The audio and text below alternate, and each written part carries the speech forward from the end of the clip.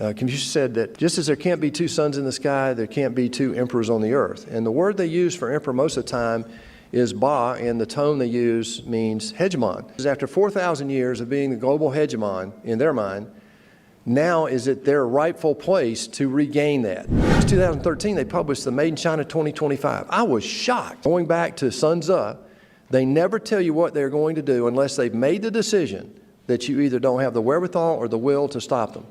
It just showed the audacity and the the misunderstanding they had of where America was at that point. From a political point of view, what I'm trying to do right now is make sure that we have the flexibility, in America anyway, to deal with a rising China. The first book that was written back in the 90s, I think, was The Rise of China. There was a guy that had been in the news media and had been in Beijing for, I think, a decade or whatever, and wrote that book. And I think personally, this is my personal opinion, that we sort of all got it wrong.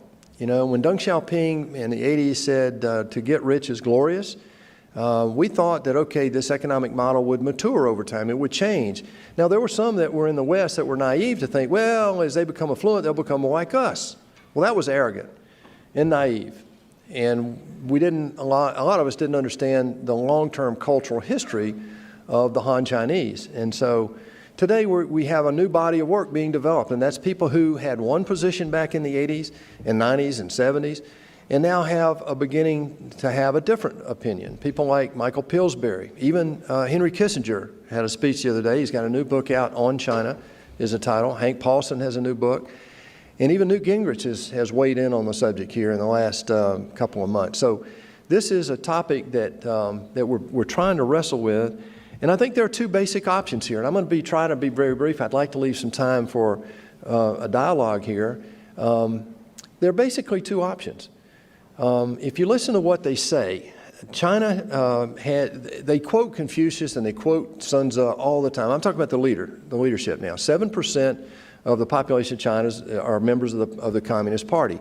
And many of their leadership actually believe some of the propaganda that they put out today. But what they say, they quote Confucius a lot. And Confucius has one saying that I think is very telling about their transition right now. And that is that Confucius said that just as there can't be two suns in the sky, there can't be two emperors on the earth. And the word they use for emperor most of the time is Ba, and the tone they use means hegemon. So the question is after 4,000 years of being the global hegemon in their mind, now is it their rightful place to regain that? And there are some of us who believe that's actually where they're headed. And they talk about 2049 as a year that by 2049, Xi Jinping says we want a military second to none. Well, in the last 2.5 years, last 30 months, they've actually put more ships in the water than they did in the prior 30 years. Let me say that again. In the last 30 months, China has they've commissioned more hardware on the ocean, more ships and submarines than they had done in the prior 30 years. And they're not done yet. There's a pipeline being built there. And as Bonnie was talking earlier, and we can talk about this later, that builds up certain things. I mean, when you build an infrastructure as fast as China has done, and I've seen it firsthand, and many of you have as well, there's a maintenance, there's a sustainment issue and a sustainment cost that comes along with that. They're going to have that problem in the military. We have it right now ourselves. We have 292 ships in our military Navy, and we're struggling, frankly, with the base of maintenance facilities that we have to make that, to keep up with the required maintenance of that. So we have two options in China. One, I think we can enter into another Cold War, and we could slip into that very easily. In fact, I'm not sure we're not in the early days of that right now. A Cold War with an arms race. And if we sit here and think that we're going to win the next arms race the way we won the last one, by not firing a bullet and by outspending our adversary, I personally, as a financial guy, I just don't see that happening if it's mano a mano. With 1.4 million people, a billion people, and we've got 300 and something, that's not the answer.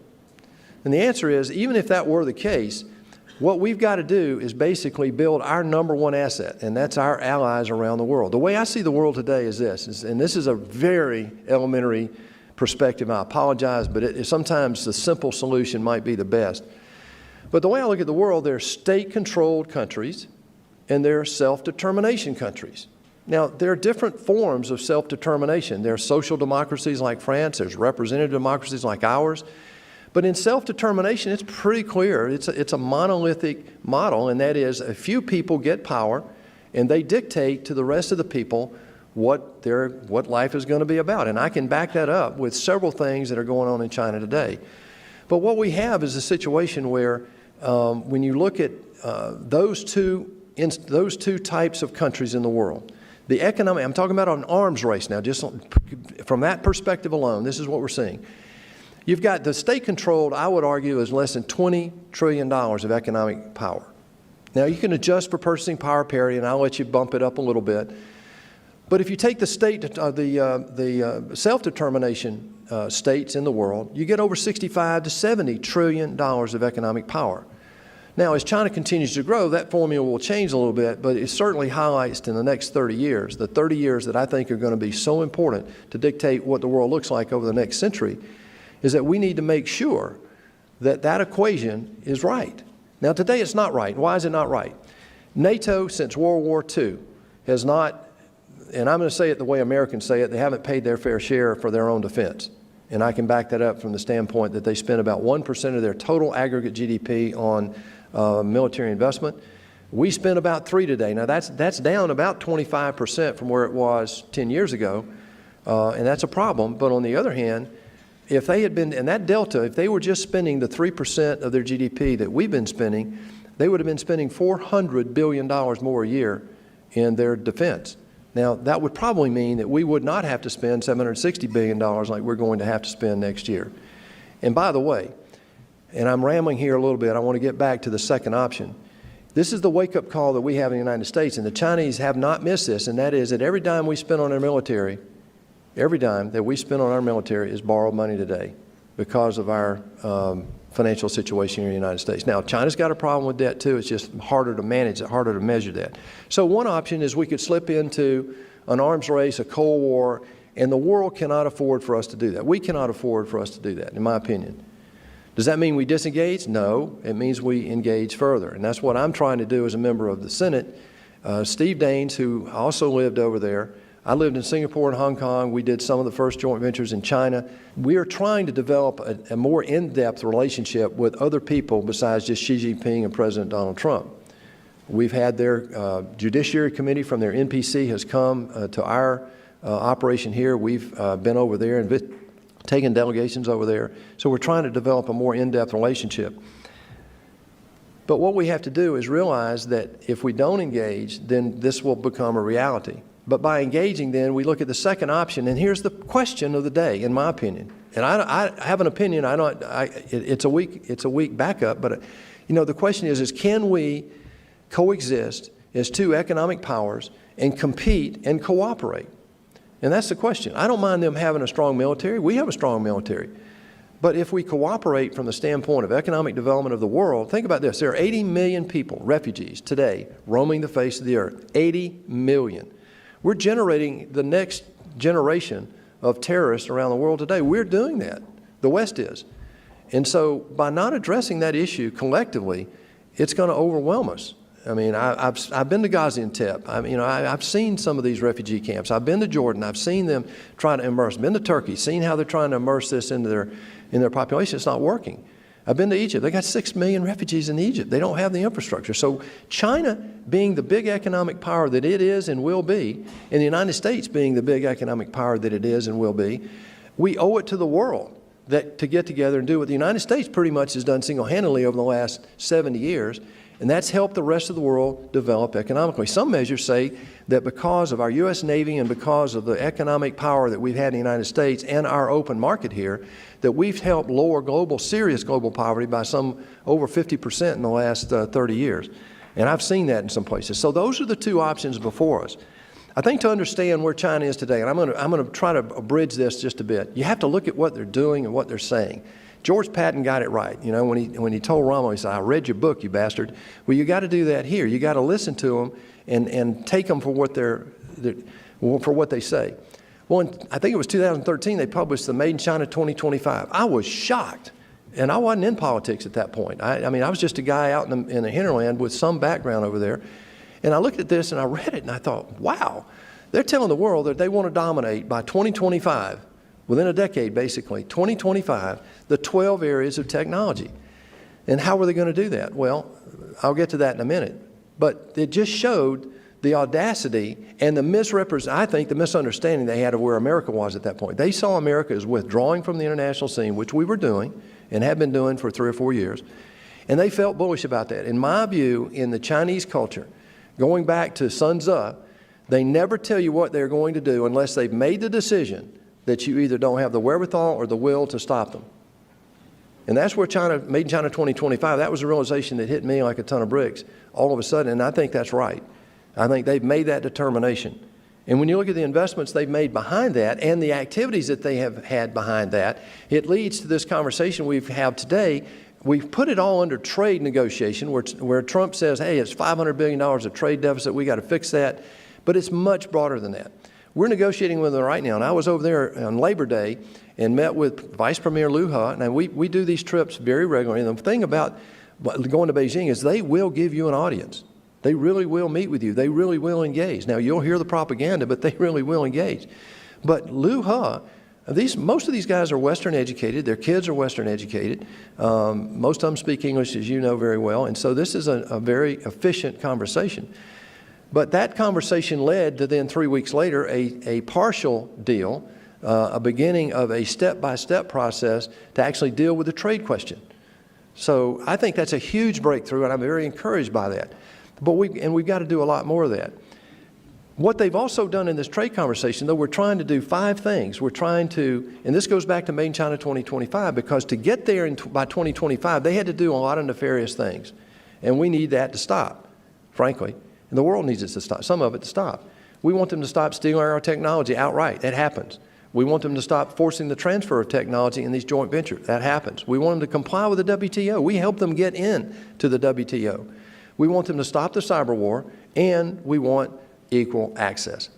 Well, the easiest thing to get in there is equal access, and that's why I thought all along that getting this great mammoth deal put together and wrap it up with a ribbon was never realistic. And so what we've done now is tried to come back and say, and the White House is now agreeing, that let's do this in a step-by-step manner, and I think that is hugely encouraging if we can stay with that. The Belt Road Initiative. Look, who can fault them for trying to develop parts of the world that are important to them? Trade, they want to secure their supply chains for precious metals and food and energy. I get that, no problem. But when it becomes proprietary and you see what's happening with I think it's around 36 ports in Africa and 52 ports in South America. I see what they're doing in Central America, particularly in Panama and then in Venezuela. I get really concerned because what they're doing is making these proprietary loans. They've already foreclosed in Colombo and Karachi. They have this 99-year lease in Cambodia now. They're 30 clicks down the coast in Djibouti from us. We see the expansion of their interest. If it's just trade, no problem. But I have a hard time saying when you're going into a place like Colombo and you foreclose on your weak partner and then you turn that port into a military port, it raises questions in my mind about what the original intent was. Then I come to the Shanghai Cooperative Organization. The Shanghai Cooperative Organization has many members in it. And it's a military agreement or a military basis or a platform for conversation. Well, there are 4 nuclear members of that: Russia, China, Pakistan, and India, among others. And so you look at that and what they're trying to do there, what they were trying to do in trade when we backed up from the TPP debate. But now that we've got a free trade agreement with South Korea and Japan, and if we get a USMCA done very quickly, this has a huge impact on the relationship that we're trying to develop with China. And the last thing I'll talk about here is what they're doing. You have to pay attention to the social credit score, what they're doing. I spent a day last year with Jack Ma at Alibaba and understood a little bit about data and how data is shared there and how privacy is totally looked at culturally differently there than it is here. And that's an ongoing thing that I'm trying to learn about. It's a mammoth difference, and it's hugely important as to how we try to deal with them. We have to take our lens off when we deal with China. Bonnie and I were talking about this just before coming out here. It's like when I came to Washington, I see things so differently than people who have been here for 30 years. That's just natural. It doesn't make me smarter. I have a different lens. And so I see the debt in a totally different way than somebody who's been here for 30 years. So when I look at China, I have a different lens than somebody who is looking at it from a Washington perspective. And I look at this social credit score, and I understand why Xi Jinping, who is president for life, this is important. And the thing that echoes this more than anything else is what's happening in Hong Kong right now. So the social credit score really concerns me because there's a group of people in the Communist Party are going to dictate what are the correct actions of personal behavior, and we're going to grade the population against that. And if you want to buy a car, you want to travel, you want to buy an apartment or whatever, or certainly get a job or join the party, you have to have towed the line, and we're going to measure that. Well, combine that with facial recognition and 196 million cameras in 8 cities, you kind of see where the headlines are going to be in the next 20 or 30 years, or not.